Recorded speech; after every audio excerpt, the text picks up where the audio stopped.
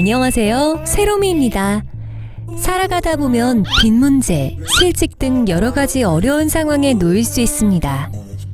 기초생활보장, 일자리, 의료비 지원, 주택 공급, 서민금융까지 알아두면 좋은 생활복지제도 8가지를 살펴보겠습니다. 첫 번째는 맞춤형 기초생활제도입니다.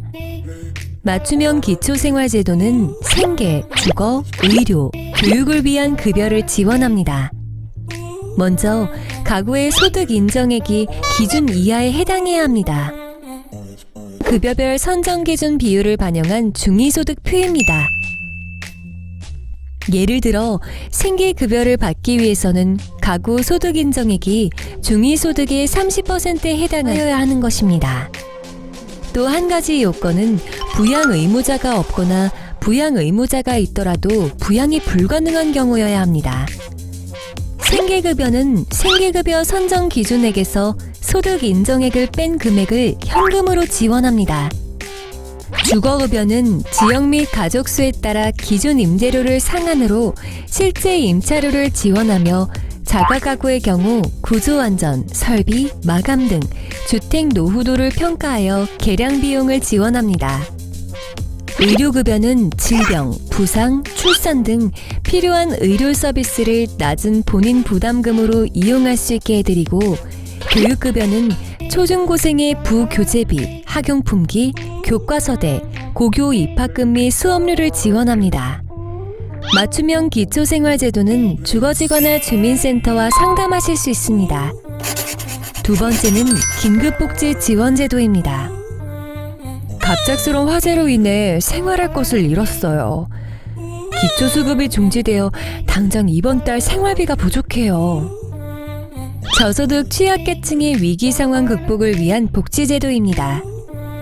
주소득자의 소득 상실, 중한 질병 또는 부상을 당한 경우 가족 구성원으로부터 방임 또는 유기되거나 학대를 당한 경우 가정폭력 또는 성폭력 피해를 입은 경우 화재 등으로 거주주택 또는 건물에서 생활하기 곤란한 경우 지자체 조례로 정한 사유, 그 밖에 보건복지부 장관이 정하여 고시하는 경우가 해당하며 소득과 재산 기준에 충족하면 신청하실 수 있습니다.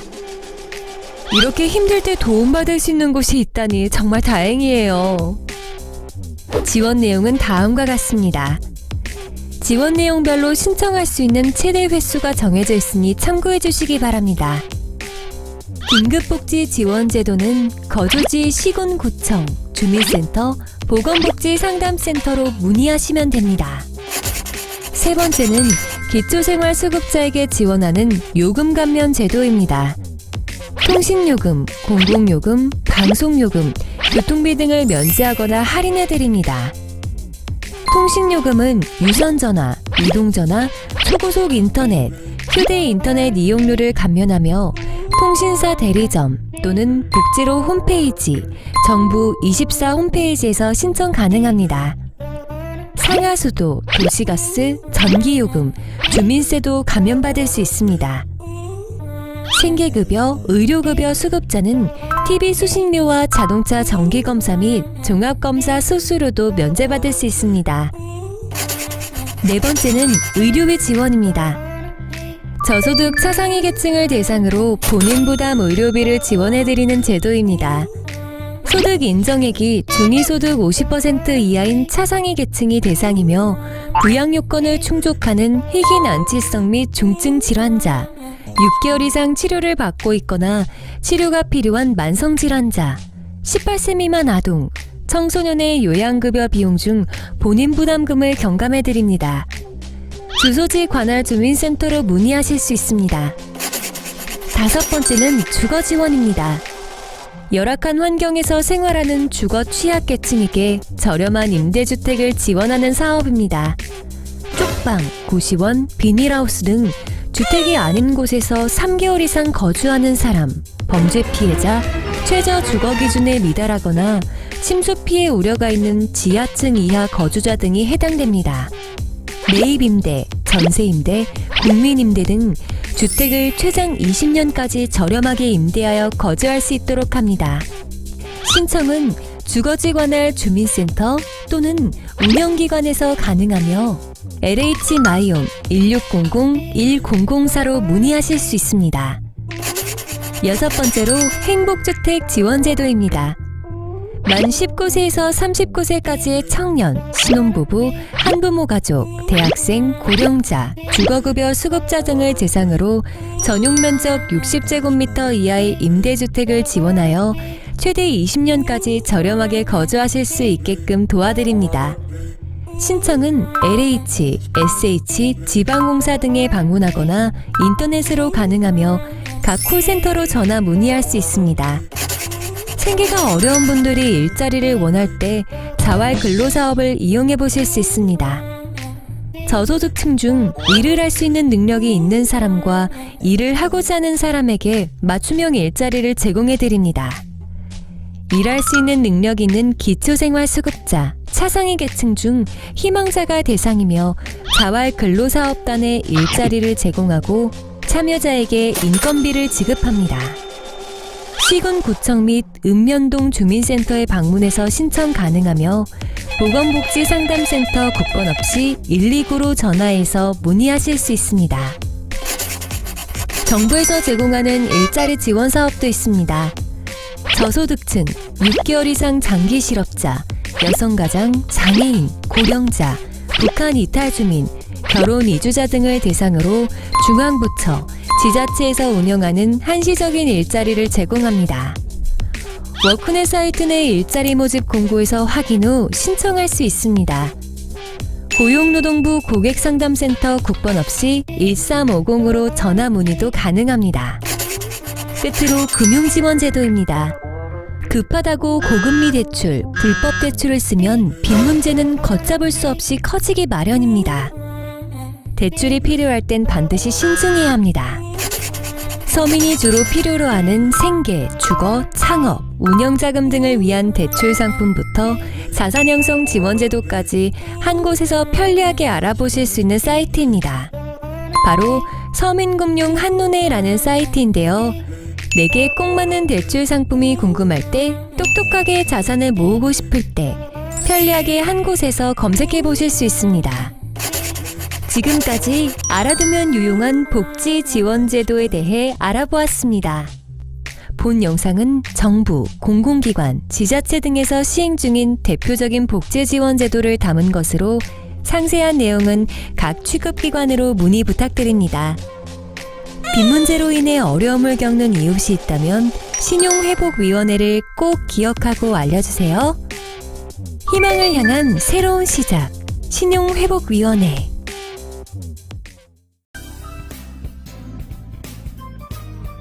일생이 행복한 돈관리 비법.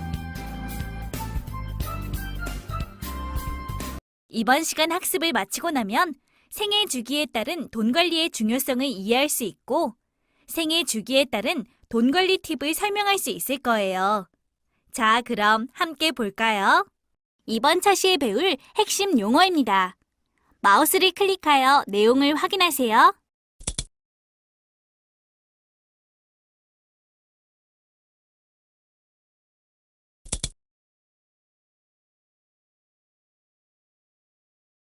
안녕하십니까? 대한TV 권기자입니다. 오늘은 행복한 돈관리를 위한 비법을 전수받기 위해 금융관리사 한금융씨와 인터뷰를 진행해 보도록 하겠습니다. 금융관리사 입장에서 돈은 무엇이라고 생각하시나요? 돈은 사람이 살아가는 데 있어서 윤활유와 같아서 늘 필요하지만 일생을 통해 돈이 필요한 시기와 필요한 금액은 매우 다릅니다. 예를 들어 자녀가 대학에 입학했다거나 결혼 혹은 집을 장만하기 위해서는 큰 목돈이 필요하기 때문에 미리 필요한 시점에 맞추어 돈을 모아 목돈을 준비해야만 합니다. 특히 요즘은 수명이 길어지면서 노후 자금도 더 철저히 준비해야겠죠? 네, 맞습니다. 이를 돈관리라고 하죠. 이러한 돈관리를 잘 못하면 빚더미에 올라앉을 가능성이 높습니다. 일생을 통해 경제적 어려움을 겪지 않으려면 일생의 어느 시점에서 얼마만큼의 돈을 준비해야 하는지를 미리 알아두는 것이 중요하다고 생각됩니다. 여러분 스스로 생애 주기에 따른 돈 관리 팁을 공부해 볼 것을 권유해 드립니다. 이렇듯 일생이 행복하려면 돈 관리가 중요합니다. 여러분도 돈 관리 비법을 통해 행복한 일생을 만드시기 바랍니다. 이상 대한TV 권 기자였습니다. 생애 주기에 따른 돈 관리의 의의.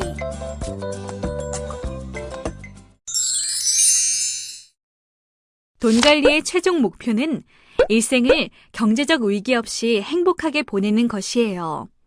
그래서 생애 주기에 따른 적절한 돈 관리를 잘해야 하죠. 만일 멋진 결혼식을 위해 대출을 받았다면 그 대출금을 갚기 위해 결혼 초 집 장만이 늦어질 수 있으며 집 장만이 늦어지면 자녀 교육비 준비를 제때 하지 못해 결국 노후 준비를 제대로 하지 못하게 되는 거죠. 그럼 노후에 힘든 생활을 하게 되겠네요. 맞아요. 이처럼 생애 주기에 따른 돈 관리를 적절한 시점에서 잘 못하게 되면 마치 잘못 채우기 시작한 단추처럼 일생이 엇나가는 모습으로 경제적 불행이 여러분을 쫓아다닐 수도 있음을 이해해야 해요.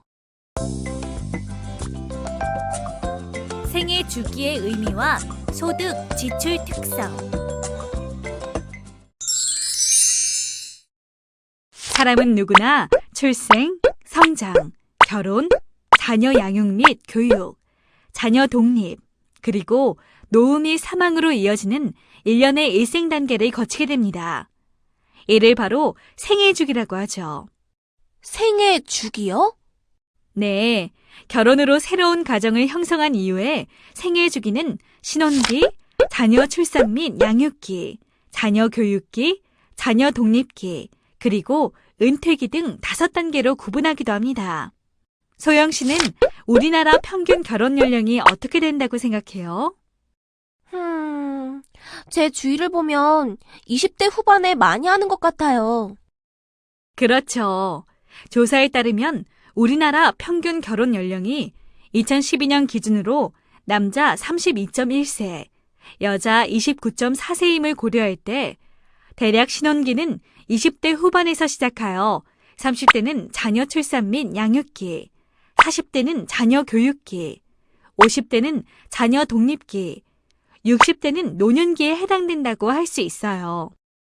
생애 주기에 따른 소득 수준 역시 취업 초기 20대에는 낮다가 직장 경력이 높아지면서 점차 향상되어 대략 45에서 50세부터 최고의 소득 수준을 보이면서 55에서 60세에 은퇴를 하게 되는 것이 우리나라 근로자의 일반적인 경향이죠. 이에 비해 지출 수준은 자녀를 출산하고 양육하면서 점차 높은 수준을 보이다가 자녀의 대학 교육기에 가장 높은 지출 수준을 보이며 자녀의 대학 교육기가 지나면서 다시 점차 낮아지는 경향을 보이고 있어요. 생애 주기에 따른 돈 관리 팁.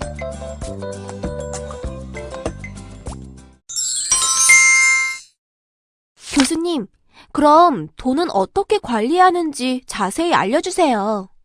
그럼 생애 주기별로 자세히 알려드릴게요. 우선 초, 중, 고등학생들은 자신의 용돈 관리를 통하여 돈 관리의 능력과 저축심을 기를 수 있도록 해야 해요. 그럼 용돈 관리를 통한 돈 관리 능력을 기르기 위해서는 어떻게 하면 좋을까요? 자녀와 협의하여 일정한 금액을 정기적으로 자녀에게 주되 자녀 스스로 용돈을 관리할 수 있도록 해야 해요. 자녀로 하여금 용돈 기입장을 적도록 하고 용돈 중 일부를 저축을 하도록 지도하세요.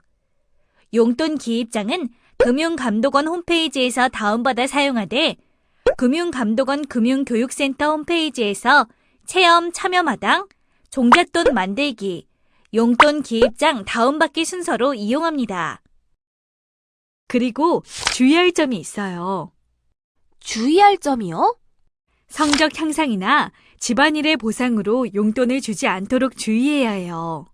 그건 왜죠? 그건 자녀가 당연히 해야 할 일임에도 불구하고 이에 대해 돈을 지불하는 것이 교육상 바람직하지 않기 때문이에요.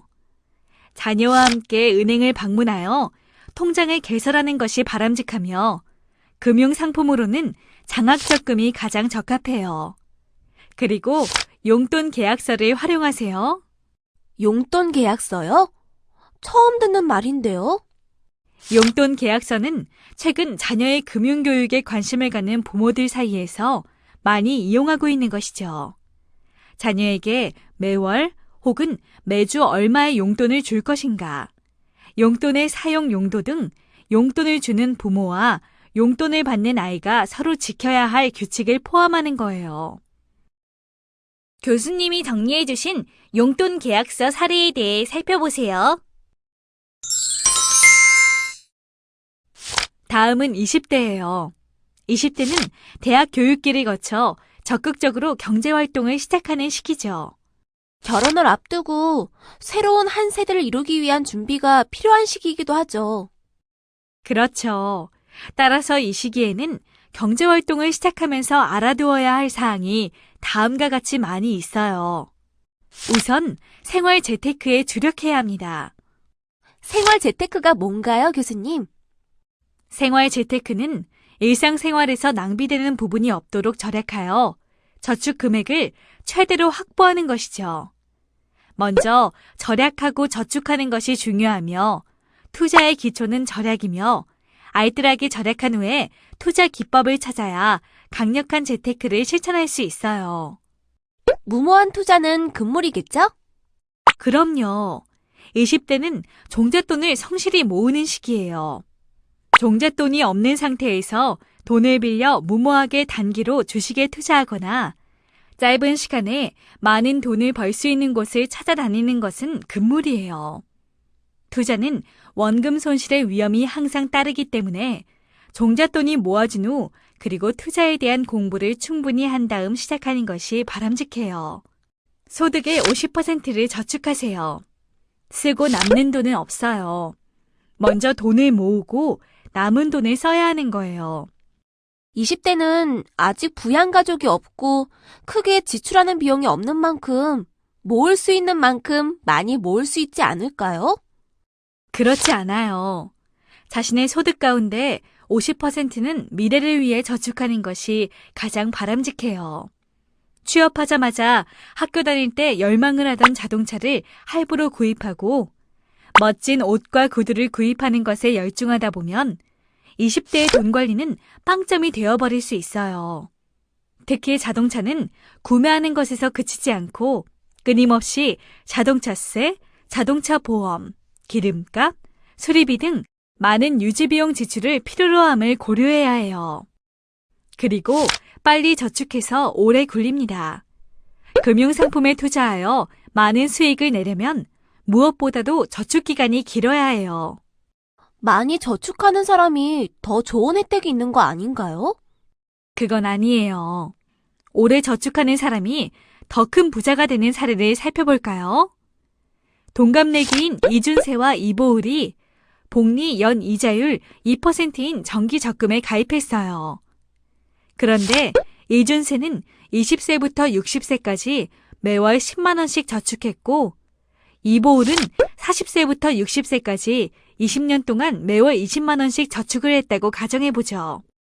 이 경우 두 사람이 저축한 원금은 4,800만 원으로 동일하지만 이자는 이준세가 2,540만 원으로 원금의 약 53%의 수익을 얻는 반면 이보울은 1,100만 원으로 약 23%의 수익만을 얻을 수 있어요. 어째서요? 이준세의 경우 이자가 붙는 기간이 더 길었기 때문으로 젊었을 때 한 푼이라도 아껴 저축을 많이 해두면 목돈이 필요할 때 자신에게 큰 선물이 될 거예요. 다음으로 목돈 마련과 절세를 동시에 추구합니다. 우리가 금융회사에 저축해서 이자가 생기면 이자의 15.4%만큼 이자 소득세를 납부하죠. 제가 은행으로부터 100만 원의 이자를 받는다면 이 중 15만 4천 원의 이자를 납부하고 84만 6천 원의 이자만 실제 받게 되는 것이죠? 맞아요. 그런데 개인의 생애 중 20대에는 종잣돈 마련이 중요하며 이를 위해서는 한 푼이라도 더 받을 수 있는 방법을 찾아보아야 해요. 어떤 방법이 있을까요? 바로 이자 소득세를 하나도 내지 않은 비과세 상품을 선택하는 것이 중요해요. 은행은 한 곳을 정해 집중적으로 이용합니다. 자신이 앞으로 거래할 은행을 선택하여 그 은행을 집중적으로 이용하는데요. 급여를 비롯한 저축, 신용카드 공과금 이체, 외화 환전 등의 거래를 하나의 금융회사에 집중해서 이용하세요. 그럼 좋은 점이 있나요? 높은 예금금리, 낮은 대출금리, 자금 이체 등 각종 서비스 수수료 면제 등의 인센티브를 받을 수 있죠. 주로 사용하는 신용카드 하나를 집중적으로 이용합니다. 최근 카드 회사는 카드를 이용한 실적에 따라 여러 가지 인센티브를 제공하고 있어요. 카드 회사로부터 대출을 받을 때는 대출 한도가 높으며 대출 이자 또한 상대적으로 낮죠. 그리고 신용카드로 할부를 할 경우 할부 수수료도 상대적으로 낮습니다. 대학을 졸업하고 취업을 하게 되면 자연스럽게 결혼을 생각하게 되죠. 그러나 결혼은 많은 돈을 필요로 하기 때문에 사랑하는 사람을 곁에 두고도 결혼식을 차일피일 미루게 되는 경우가 많이 있어요. 결혼 자금은 부모님께 의존하지 않고 내 스스로 마련하도록 하는 것이 바람직하겠죠. 그렇습니다. 결혼을 위한 목돈 마련은 예상되는 혹은 계획하고 있는 결혼 일정을 고려하여 조합 예탁금과 같은 비과세 금융상품을 고려하여 정기적금의 형태로 돈을 모으는 것이 바람직합니다. 마지막으로 노후 대비와 절세를 위해 개인 연금 저축을 시작합니다. 수명이 길어지면서 주변을 돌아보면 80세 이상이 된 노인들을 얼마든지 볼 수 있으며 이제 90에서 100세까지의 삶을 준비해야 하는 세상이 되었죠. 그래서 가능한 일찍부터 노후 대비를 위한 준비를 시작해야겠군요. 근로자인 경우 개인 연금 저축과 함께 공무원이나 교원, 군인을 제외한 일반 기업에 종사하는 근로자의 경우는 IRP에도 함께 가입하면 노후 대비를 합니다. 아울러 개인 연금 저축과 IRP는 소득세 감면도 받을 수 있어 매우 유용합니다. 30대에는 결혼을 하고 자녀를 낳는 등 개인 신변에 많은 변화가 있는 시기예요. 이 시기는 경제적으로 아직 소득보다 지출이 적어서 자녀 교육과 주택 마련을 위한 자금 축적을 위해 저축을 계속할 수 있는 시기이죠. 20대에 가입한 금융상품을 계속 유지하되 다음의 사항을 더불어 고려해야 해요.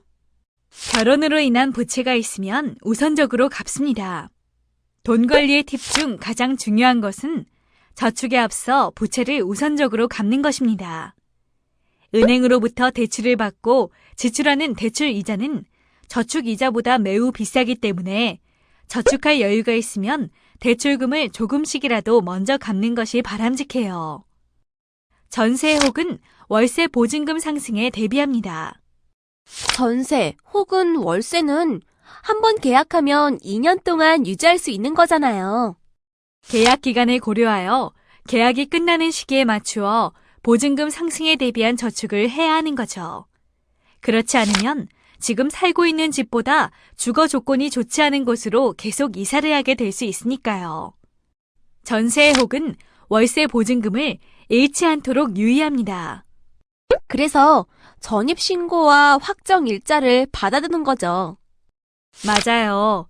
전입신고는 인터넷으로도 가능하지만 확정일자를 받기 위해서는 임대차 계약서 원본과 신분증을 가지고 이사하는 곳의 주민센터를 방문하세요.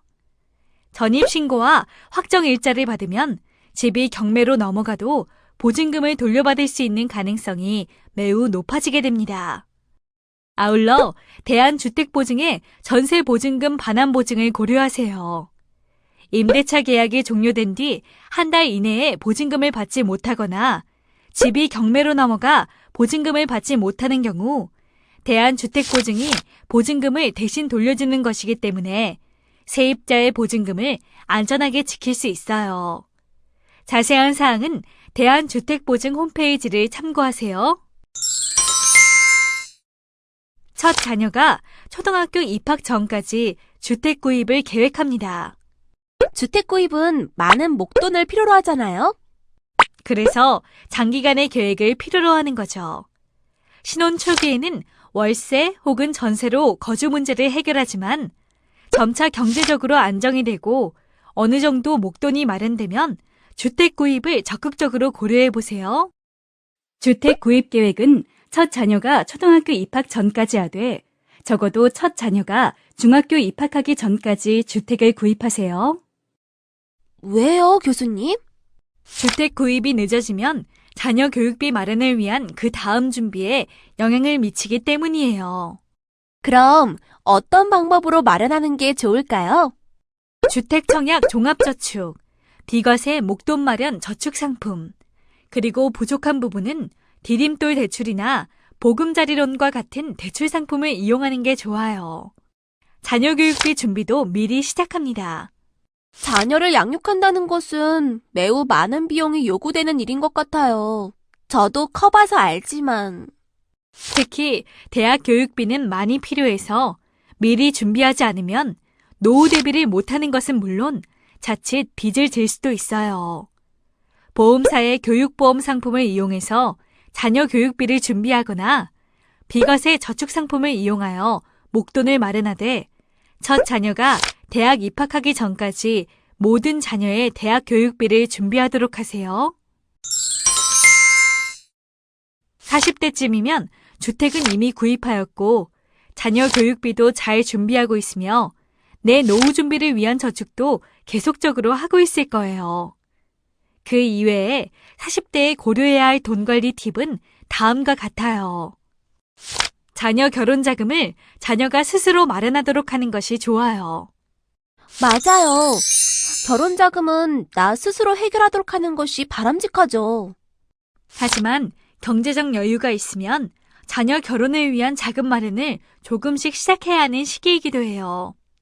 이때에는 역시 비과세 금융상품을 통하여 목돈을 마련할 수 있도록 계획하세요. 마지막으로 더 넓은 주택 구입을 고려합니다. 자녀들이 성장하면서 동성애 자녀들도 각각 개인 방을 가질 수 있도록 하거나 노부모를 모셔야 할 상황 등 좀 더 넓은 거주 공간이 필요하다면 새롭게 주택 청약 종합저축을 가입하여 현재보다 큰 집으로 옮겨갈 계획을 고려하세요. 50대는 자녀가 대학을 졸업하고 취업 등으로 경제적으로 독립하는 시기예요.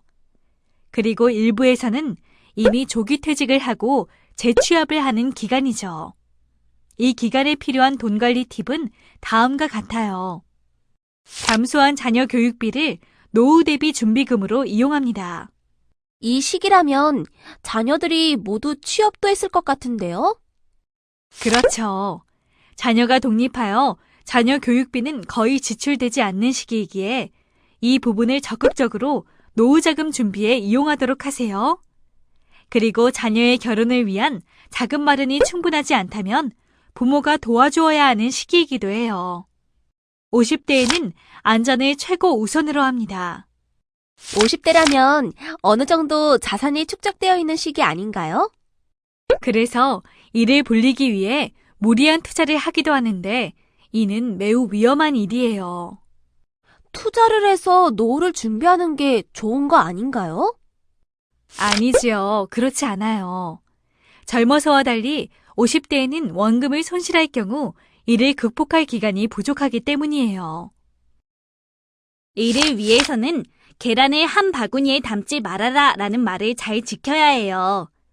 즉 자신이 보유한 자산을 예를 들어 적금, 주식, 채권, 부동산 등 다양한 자산 형태로 분산시켜 보유해야 하며 이는 자산의 특성에 따라 손실 위험 혹은 수익이 서로 다르기 때문에 시장 상황이 변화하더라도 모든 자산이 위험이 빠지지 않도록 하기 위함이죠. 특히 주식과 채권은 직접 자신이 투자하지 말고 간접 투자 상품을 선택하되 원금 손실을 최소화시킨 상품으로 선택하도록 하세요. 그럼 이제 60대가 되면 월 수입을 확보합니다. 60대라면 노후기가 되겠네요. 네, 노후기는 퇴직을 하고 연금 생활을 하게 되는 시기이죠. 이 시기에 가장 중요한 돈 관리는 소득이 없는 상황에서 생활비를 확보하는 것이에요. 은퇴하기 전까지 매월 소득에 기초하여 이루어지던 소비 지출 습관은 소득이 없어졌다고 달라지기 어려워요. 월 수입을 확보가 어느 정도 되어 있는지는 국가로부터 받는 연금을 비롯하여 각종 연금으로 매월 받는 돈을 먼저 계산해보고 부족한 부분은 이자 소득, 임대 소득 등을 고려해보되 주택연금도 함께 고려해보세요. 특히 은행에 돈을 맡기고 그 이자 소득을 고려한다면 노인을 위한 비과세 상품인 생계형 저축을 반드시 이용하도록 하세요. 그리고 자산의 유동성을 높이고 비상자금을 넉넉히 준비합니다. 노후에 나타나는 질병은 대체로 오래 지속되는 경우가 많아요. 그리고 갑작스럽게 찾아오는 경우도 많죠. 그래서 언제라도 찾아 쓸 수 있는 비상자금을 반드시 준비할 필요가 있어요. 이를 위해서는 주택, 땅 등 부동산을 줄이고 은행의 저축금과 같이 쉽게 현금화해서 찾아 쓸 수 있는 금융자산을 늘리는 것이 좋아요. 60대에는 안전성을 고려한 돈 관리가 중요합니다. 50대뿐 아니라 60대 역시 돈을 늘리려고 욕심을 부려서는 안 되는 시기겠네요. 맞아요. 이자를 한 푼이라도 더 받겠다고 위험자산에 투자했다가 실패하면 평생 동안 절약해 모은 재산을 한순간에 잃어버릴 수 있어요. 그리고 배우자와 돈 관리를 상의하고 상속 계획과 유언도 미리 준비합니다. 돈 관리를 주로 담당하였던 배우자가 갑자기 사망하여도 금융감독원의 상속인 금융거래 조회 서비스를 통해 금융회사에 있는 저축 금액 혹은 부채, 부동산 내역은 모두 조회가 가능합니다. 그러나 금융회사 이외의 곳에 보관해 놓은 보석, 현금 등은 자칫 그대로 아무도 모르게 묻히고 말 수 있어요.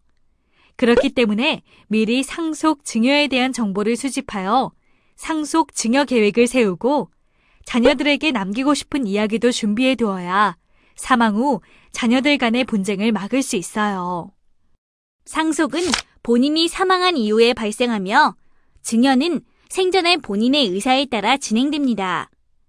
그러나 상속세는 상속 재산의 상속 개시의 전 10년 이내에 증여한 재산을 합산하여 상속세를 부과합니다. 따라서 사망 시점으로부터 10년간의 증여 재산과 상속 재산의 총 합계액에 상속세가 부과됩니다. 현재 우리나라의 상속 및 증여 세율은 10에서 50%의 누진 공제 세율을 적용하고 있습니다. 유언장 작성 방식은 반드시 민법에서 정해놓은 방식을 따라야 합니다. 유언 방식은 자필 증서, 녹음, 공정 증서, 비밀 증서, 구수 증서 등이 있습니다. 이 5가지 방식을 따르지 않으면 유언이 효력이 없습니다. 마지막으로 아름다운 삶을 마무리하는 준비를 합니다. 자녀에게 의지하지 않으면서 자신의 삶을 아름답게 마무리하는 데 필요한 것들을 알아보고 준비하세요. 예를 들면 노인을 위하여 집이나 요양보호소 시설에서 이루어지는 장기 요양보험 서비스는 어떻게 받을 수 있는지, 내가 만일 갑자기 쓰러져 의식이 없을 때를 대비하여 의료기기에 의존하여 연명하고 싶지 않다면 사전 의료의향서를 미리 작성해 놓는 것 등을 들 수 있어요. 교수님이 정리해 주신 사전 의료의향서 사례에 대해 살펴보세요. 오늘 우리가 함께 학습한 주요 내용을 정리해 보도록 하겠습니다. 일생 동안 경제적인 굴곡 없이 삶을 영위하려면 생애 주기별 돈 관리 팁을 잘 이해하고 있어야 합니다. 이는 생애 주기에 따라 소득 수준과 지출 수준이 서로 다르기 때문입니다. 10대 성장기는 용돈 관리 및 저축을 통하여 돈 관리 능력을 키우는 것이 중요하며 20대 청년기에는 종잣돈 마련과 소비 통제를 위하여 소득의 50%는 먼저 저축하되 목돈 마련과 절세를 동시에 얻을 수 있는 금융상품을 고려합니다. 30대 신혼기 및 자녀 양육기에는 결혼으로 인한 부채가 있으면 우선적으로 갚고 전세 혹은 월세 보증금 상승에 대비함과 동시에 주택 청약 저축에 가입하는 등 주택 구입을 위한 준비를 합니다. 아울러 자녀의 대학 교육 자금을 준비하되 교육보험이나 비과세 목돈 마련을 위한 금융상품을 이용합니다. 40대는 자녀 교육기로 경제적 여유가 있으며 자녀 결혼 자금을 준비합니다. 또한 가족의 확대로 주거 공간의 확대가 필요하면 넓은 집으로 옮겨갈 계획을 세우며 이를 위해 다시 주택 청약 종합저축에 가입합니다. 그리고 50대는 자녀 독립기에 해당되며 보유한 자산 관리는 안전을 최우선으로 하고 노후 대비에 집중합니다.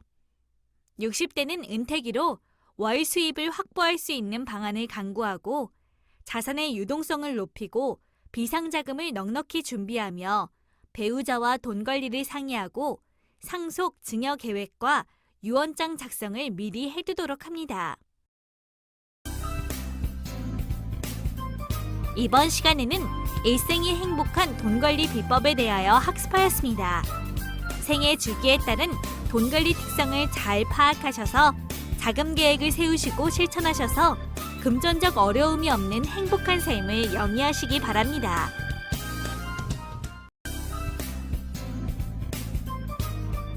신용관리의 새로운 지평선. 이번 시간 학습을 마치고 나면 여러분은 신용의 의미를 설명할 수 있고 신용이 나쁠 때의 불이익을 설명할 수 있을 거예요. 그리고 무료 신용등급 확인 방법을 설명할 수 있고 높은 신용등급을 유지할 수 있는 팁을 설명할 수 있으며 개인 신용평가 시스템을 설명할 수 있을 겁니다. 자, 그럼 함께 볼까요? 이번 차시에 배울 핵심 용어입니다. 마우스를 클릭하여 내용을 확인하세요.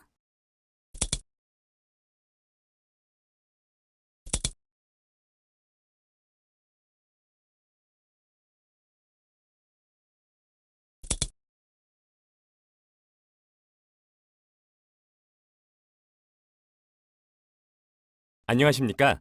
대한TV 권기자입니다. 오늘은 서울역 앞에 있는 신용회복위원회 중앙지부에 나와 있습니다. 이곳은 개인 스스로 신용관리를 잘 못하여 불행히도 연체자 신분으로 살아가고 있는 사람들을 도와주는 곳입니다. 이곳에 상담을 하러 오신 한 분과 이야기를 나누어 보겠습니다. 어떻게 이곳을 찾게 되셨나요? 신용카드를 무분별하게 사용하다가 이렇게 연체자 신분이 되었어요. 이렇게 되고 보니 직장을 그만두어야 했고 일일 인력 시장에서 일거리를 찾아 하루하루 겨우 살아가고 있습니다. 이런 생활에 벗어나려면 신용을 우선 회복해야 하는데 이곳에서 도움을 준다는 것을 알게 되어 이렇게 찾아오게 되었습니다. 아, 네. 이곳에서 도움을 받아 신용회복이 되셨으면 좋겠습니다. 혹시 하고 싶으신 말씀이 있으시다면? 저는 신용이 무엇인지 신용등급이 무엇인지 전혀 몰랐습니다. 신용카드를 발급해 줄 때는 아무도 어떻게 사용해야 하는지 가르쳐주지 않고요. 그저 책임만을 물을 뿐이죠. 지금을 신용사회라고 하던데 개인의 신용관리에 대하여 잘 배울 수 있는 기회가 많이 있으면 좋겠어요.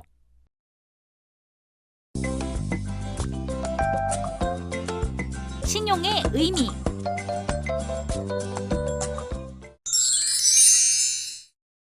교수님, 신용이란 무엇일까요? 신용이란 일반적으로 사람에 대한 믿음을 의미해요. 상거래에서는 돈을 빌리거나 외상으로 물건을 사고 언제까지 갚겠다는 약속을 잘 지킬 수 있는지에 대한 믿음을 의미하죠. 그리고 이 믿음의 크기만큼 개인은 아무런 조건 없이 돈을 빌리거나 물품 서비스를 외상으로 구매할 수 있습니다. 이 또한 신용이라고 표현해요. 즉, 먼저 사용하고 나중에 갚는 것을 통칭하여 신용이라고 합니다. 이 때문에 신용은 개인 입장에서는 갚아야 할 빚을 의미하기도 합니다. 신용의 사례를 구체적으로 살펴볼까요? 은행에서 담보 없이 빌리는 대출금은 물론 신용카드로 빌리는 현금 서비스, 핸드폰 서비스는 신용일까요? 아닐까요? 아무래도 먼저 받고 나중에 지불하니까 신용이라고 할 수 있겠네요. 네. 그리고 책을 한 세트 사고 10개월 할부로 갚기로 하였다면 먼저 책을 사서 보면서 책값을 10개월 동안 나누어 내는 것이니 역시 신용입니다.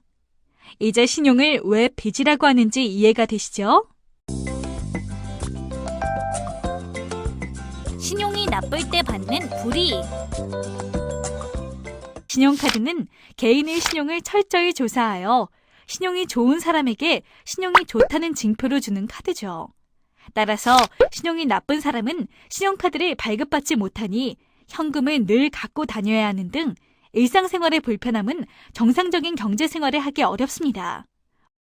소영 씨도 살다 보면 갑자기 많은 돈이 필요할 때가 있죠?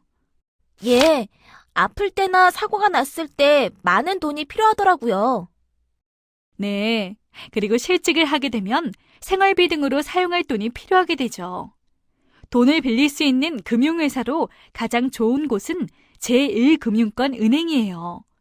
제1금융권은 전국의 지점망을 갖고 있는 국민은행, 신한은행, 우리은행, 농협은행 등이랍니다. 제1금융권은 대출이자가 저렴한 반면 돈을 빌리기가 꽤 까다로워 신용이 낮으면 빌릴 수 없습니다. 그럼 신용이 좀 낮더라도 돈을 빌릴 수 있는 금융회사로 가야겠네요. 네, 제2금융권으로 분류되는 저축은행, 새마을금고, 신용협동조합, 단위 농수축협 등으로 가야겠죠. 이곳은 제1금융권보다 이자는 좀 비싸지만 신용이 약간 낮아도 돈을 빌릴 수 있습니다. 그러나 제2금융권에서도 돈을 빌릴 수 없다면 어떻게 될까요? 그 다음은 대출이자가 아주 높은 사채밖에 남아있는 것이 없습니다. 이상에서 살펴본 것처럼 신용이 나쁠수록 더 많은 대출이자를 지불하고 돈을 빌릴 수밖에 없습니다. 이 때문에 신용사회에서는 신용이 자산이라고 합니다. 이미 살펴본 것처럼 신용이 나쁠수록 돈을 빌리고 갚지 않을 위험이 크기 때문에 신용이 나쁜 사람은 더 많은 대출이자를 지불해야 합니다. 실제 2015년 5월 은행 금리 기준으로 신용 1등급과 신용 10등급인 사람이 동일하게 1억 원을 은행에서 빌린 경우 연 평균 이자율은 1등급이 약 4.03%로 연간 총 403만 원을, 10등급의 연간 평균 이자율은 16.86%로 연간 1,686만 원의 이자를 지불해야 합니다. 무려 1,283만 원이라는 엄청난 이자 부담 차액이 생깁니다.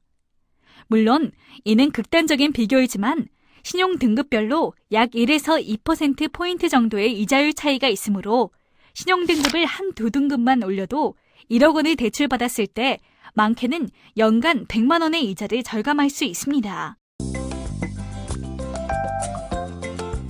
나의 신용 등급 무료로 확인해보기. 신용사회에서 자신의 신용 등급이 어느 정도인지 살펴보는 일은 필수겠죠? 네. 그래서 제 신용 등급이 낮다면 이를 높이도록 노력해야 하는 것은 당연하겠죠. 무료로 신용 등급을 확인할 수 있는 대표적인 방법이 있습니다. 바로 신용평가 회사인 KCB에서 운영하는 올 크레딧 사이트에서 자신의 신용 조회를 요청합니다. 연 3회 무료로 신용 조회를 요청할 수 있습니다. 또한 나이스 신용평가에서 운영하는 나이스 지킴이 서비스를 통해서도 역시 무료로 신용 조회가 가능합니다. KCB에서는 자신의 신용평가 결과를 요약하여 작성하여 주는데 이것이 바로 신용보고서라는 것이에요. 신용보고서에는 자신의 신용평점과 신용등급을 제시해줍니다. 이 때문에 자신의 신용 조회를 해보면 다른 사람이 나의 신분을 도용하여 신용카드 발급하거나 대출을 받은 일은 없는지 확인할 수 있어요. 신분증을 분실하였거나 인터넷 쇼핑을 하느라고 여기저기 회원가입을 하였는데 나도 모르는 사이 개인정보가 누출되어서 누군가가 내 명의로 대출을 받거나 물품을 구매하고 연체를 하였을 수도 있습니다. 자신의 신용정보를 조회하면 이러한 문제점도 확인할 수 있습니다. 그럼 다른 사람이 제 정보를 조회했는지도 알 수 있나요? 그럼요. 그래서 다른 사람이 나의 신용정보를 조회하려면 나의 동의를 반드시 받도록 되어 있습니다. 이 때문에 여러분이 핸드폰을 개설하거나 체크카드를 발급받으려면 신용정보 조회 동의서에 사인을 하라고 하는 이유가 여기에 있으며 신용정보 조회 후 여러분의 신용이 좋지 않으면 당연히 핸드폰 개통이나 대출 요구를 거절할 것입니다. 신용등급 평가 사례를 살펴보도록 하세요. 신용등급 높게 유지하기.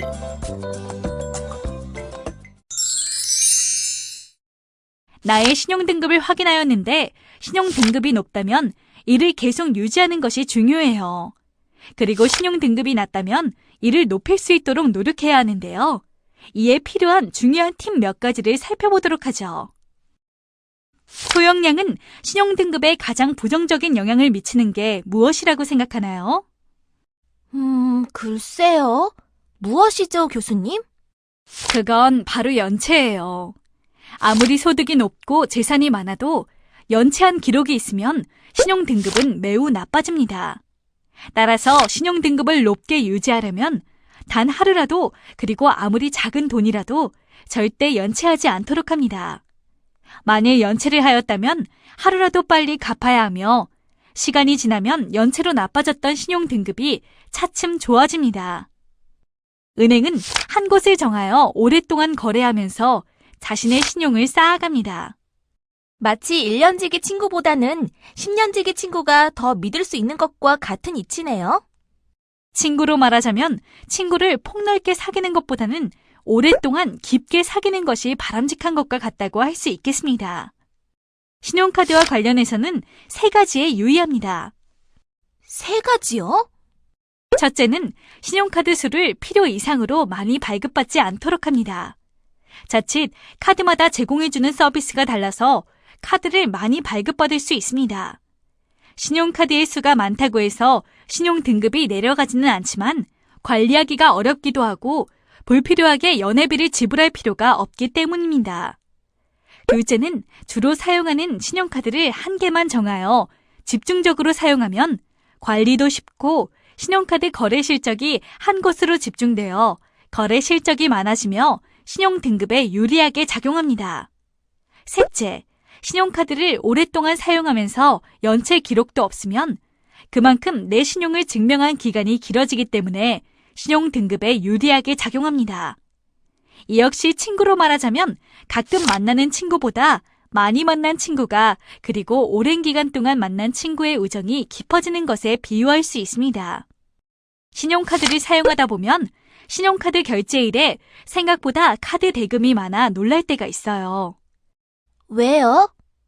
현금은 눈에 보이지만 신용카드는 그렇지 않아 과소비를 하기 쉽기 때문입니다. 이에 비해 체크카드는 물품을 구매하는 즉시 내 통장에서 돈이 빠져나가는 특성이 있어 반드시 통장에 돈이 있어야 물품 구매가 가능합니다. 따라서 체크카드는 나의 과소비를 통제해 줄 뿐만 아니라 체크카드 사용 기록은 일반 신용카드를 사용한 기록과 같이 내 신용등급을 좋게 유지하는 데 도움이 됩니다. 금융회사에서 돈을 전혀 빌리지 않거나 신용카드를 전혀 사용하지 않으면 신용등급이 올라가나요? 나의 신용을 보여줄 기록이 없으면 신용등급을 좋게 받을 수 없습니다. 그렇다고 불필요하게 돈을 빌려서 쓰고 이자를 내면서까지 내가 이렇게 약속을 잘 지키는 사람이다라는 기록을 남길 필요는 없습니다.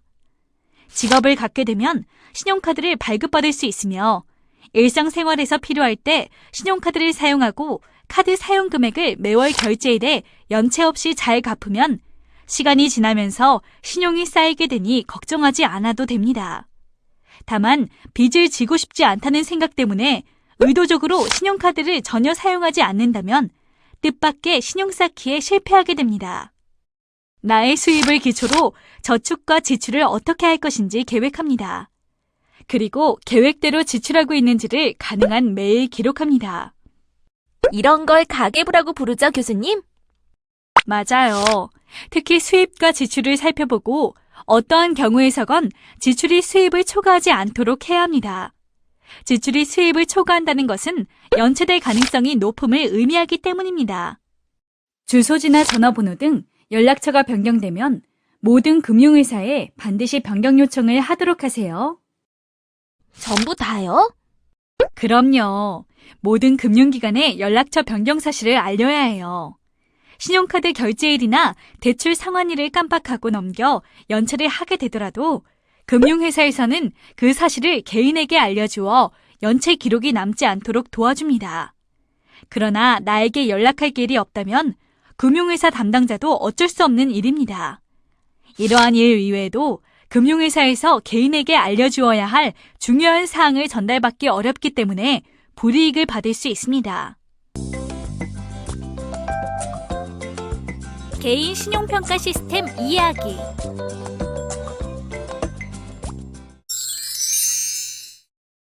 개인 신용평가는 다음의 절차에 의해 이루어집니다.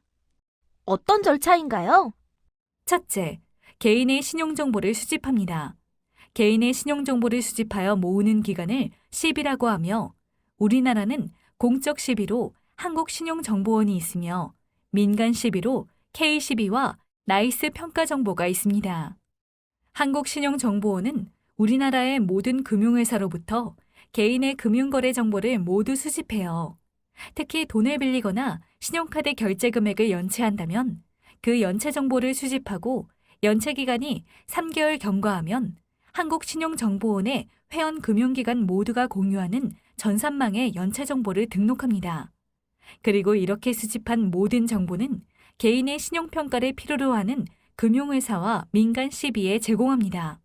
두 번째 단계로는 민간 시비는 한국신용정보원에서 받은 개인의 금융회사 거래 정보 이외에도 자체적으로 비금융회사, 유통회사 등으로부터 개인의 거래 정보를 수집합니다. 이러한 정보를 기초로 개인의 신용 등급을 평가합니다. 그리고 이를 요청하는 곳에 제공합니다. 교수님, 조금만 쉽게 설명해 주세요.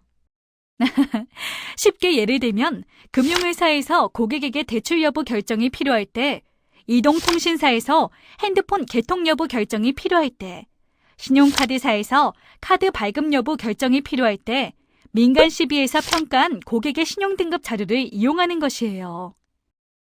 신용등급은 총 10개 등급으로 분류되며 일반적으로 1에서 2등급은 최우수, 3에서 4등급은 우수, 5에서 6등급은 보통 수준으로 판단하고 7에서 8등급은 주의 등급으로 신용관리에 주의를 필요로 하는 등급으로 분류합니다.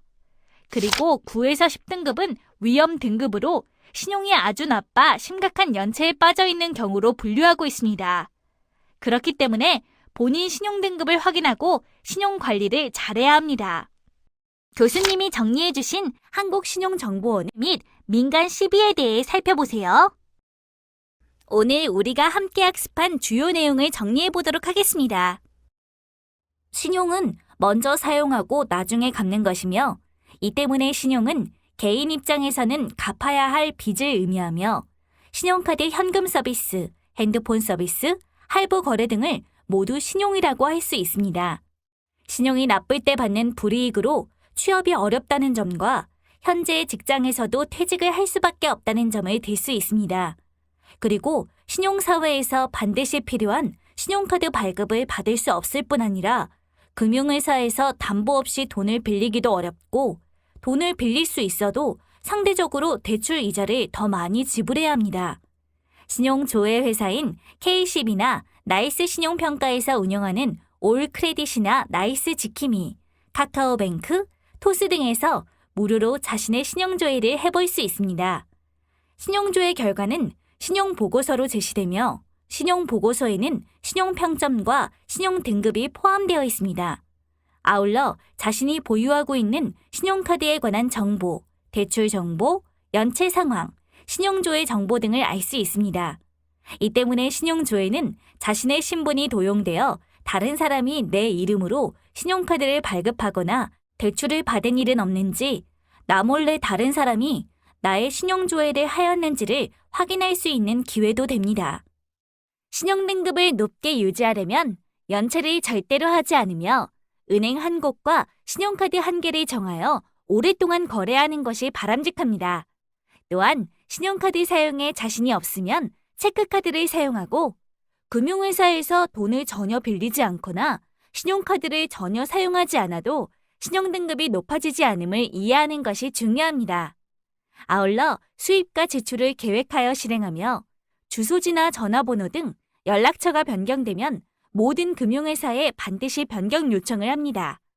개인 신용평가 시스템으로 공적 시비인 한국신용정보원은 모든 금융회사로부터 개인의 금융거래 정보를 수집하여 한 곳에 집중시키고 이를 필요로 하는 금융회사와 민간 시비에 제공합니다. 민간 시비는 한국신용정보원으로부터 제공받은 금융회사 거래 정보와 별도로 유통회사 혹은 이동통신사로부터 수집한 거래 정보를 모두 고려하여 개인의 신용 수준을 평가합니다. 이번 시간에는 신용관리의 새로운 지평선에 대하여 학습하였습니다. 현대 사회를 신용사회라고 합니다. 대출, 신용카드 사용은 물론 각종 공공서비스에 이르기까지 경제생활의 대부분을 신용으로 사용하며 살아가고 있습니다. 신용사회에서 신용 없이 살기 어렵습니다. 이 시간에 학습하신 내용을 바탕으로 신용관리 잘 하셔서 신용 1등급의 서비스를 받는 분이 되시기 바랍니다.